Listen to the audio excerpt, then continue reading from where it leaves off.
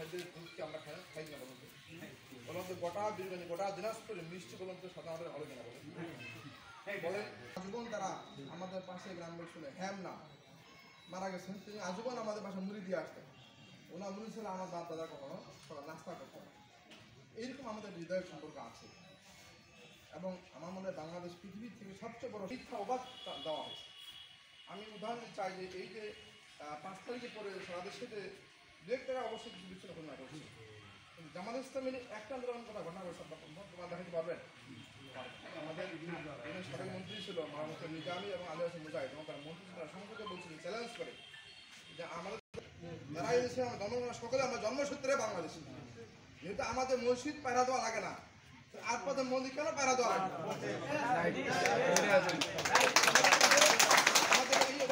পাহারা কেন দেবো আমরা আমাদের মসজিদে পাহারা দিই না মন্দিরে কেন পাহারা দেওয়া লাগবে আমরা বলতে চাই আপনারা অতীতে কি করছেন মনে করছেন হয়তো আওয়ামী লীগ ক্ষমতা নাই সেখানে আপনাদের কি হবে আমি দীপ্ত করে বলতে চাই আপনারা এই বছর আপনাদের পূজা সবচেয়ে বেশি উৎসবে পালন করবেন এক্ষেত্রে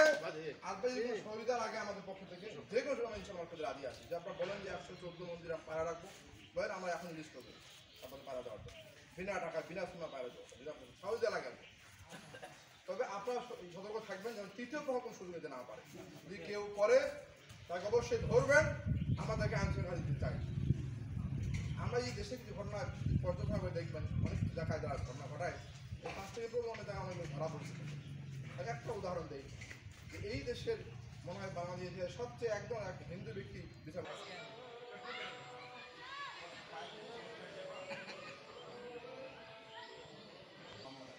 এমন পাই এক ইহুদি এক মুসলমান দ্বন্দ্ব লাগছে ইহুদি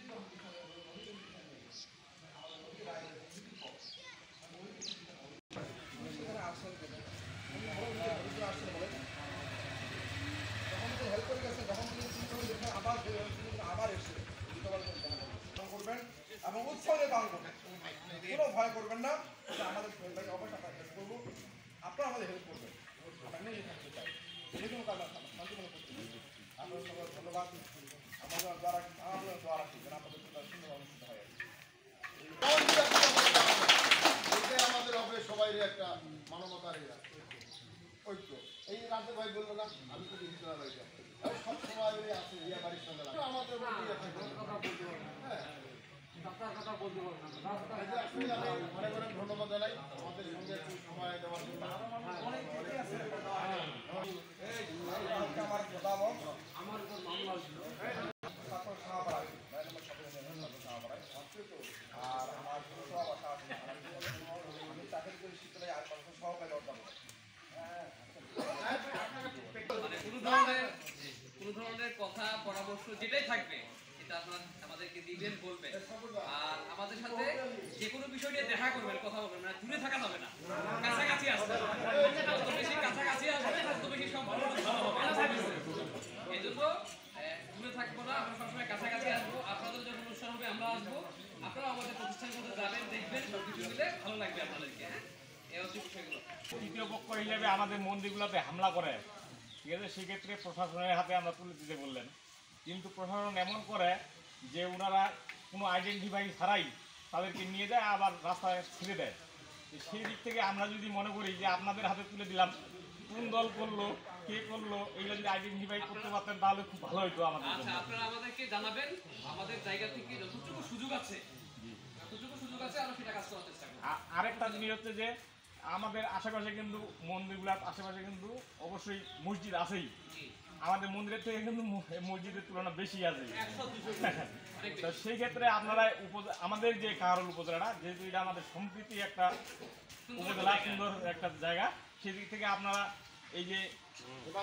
দলীয়ভাবে একটা নির্দেশনা মসজিদগুলোতে দেখবেন যে যেন ওখানে কোনোভাবে পূজাতে কোনো ইয়া না পারে যেন তাদেরকে সহযোগিতা করে এরকম একটা আপনারা উপদেশ দিবেন প্রত্যেকটা মসজিদের মধ্যে বলেছি এবং আমি বিশেষ করে আমি সহ আমাদের যারা ভাইরা আছেন আমাদের না এটা আমার খুব জানার আগ্রহ ছিল আর কি যে কি করছেন না করছেন মসজিদে আমরা গিয়েছি বলেছি যে কেউ যেন এই ধরনের অপ্রীতিকর ঘটনা না ঘটায় এগুলো আমরা সব জায়গায় বলেছি তারপরে যদি আপনাদের কাছে নির্দিষ্ট কোনো তথ্য থাকে যে কোনো জায়গা থেকে ডিস্টার্ব করছে, তাহলে সেটা অবশ্যই আমি যে কার্ড দিয়ে গেলাম, নাম্বার দিয়ে গেলাম, আপনারা আমাদেরকে জানাবেন, আমরা অবশ্যই সাথে সাথে সেটা ব্যবস্থা নিব। আমাদের যে শিডিউল আছে ওগুলা আমরা মসজিদ থেকে কালেকশন করে নিই। আমাদের নামাজে হ্যাঁ ওই যে বলা হয় যে 5 মিনিট আগে আমরা হচ্ছে যে নামাজের টাইমটা আপনাদের জানাইবো, শিডিউল আছে শিডিউল তো দেয় প্রতিবারে শিডিউল দেয়। আমাদের ব্যাপারে আমরা যেটা করতে পারি আমরা মসজিদ দিয়ে দেই না সেটা আমরা আপনারা কি করেন অফিসার আছে, উপজেলা নির্বাহী অফিসার সহ কিন্তু একটা মিটিং হবে আপনাদেরকে নিয়ে, এগুলো হবে তো ঠিক আছে। আরো বিষয় আমাদের যেহেতু আসা শুরু হয়েছে, কথা শুরু হয়েছে, আস্তে আস্তে সবগুলো বিষয় আমাদের সমাধান হয়ে যাবে আশা করি আর কি। কারণ আগে তো আমাদের এইভাবে আসা হয়নি, বসা হয়নি, তাই না? অনেকগুলো বিষয় গ্যাপ হয়ে আছে,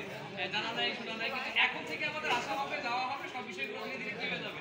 সমাধান হয়ে যাবে, কোনো সমস্যা আর থাকবে না আমরা আশা করছি। আর যেগুলো দুই একটা ভুল বোঝাবুঝি আছে এগুলো অল্প দিনের মধ্যে শেষ হয়ে যাবে, এটাই আমরা প্রত্যাশা করি। আপনারা কোনো কিছু মনে রাখবেন না, আমরা কোনো কিছু মনে আমরা আবার আমাদের সংখ্যানে আলাপ করবো আগে একটু আমরা সবাই বিদায় দিয়ে দিই নাকি আপনারা কেউ উঠবেন না আপনারা আমার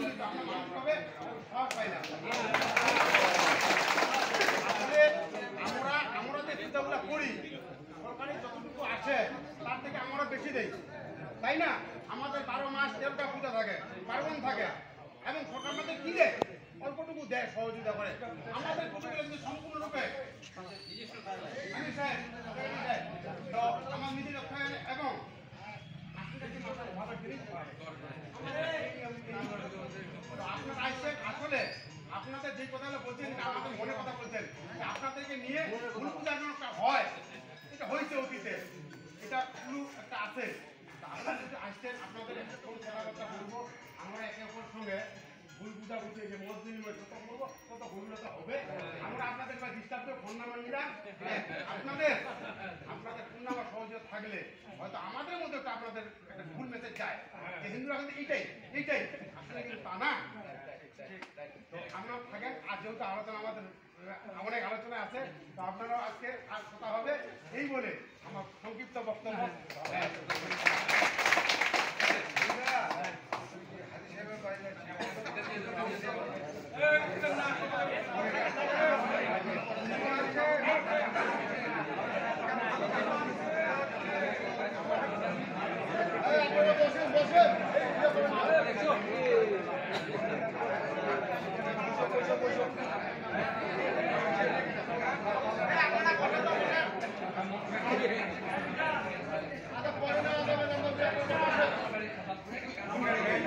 সার্দিয়াইনা আপনারা বসেন তো পরে নাম্বারটা বসাবো আমি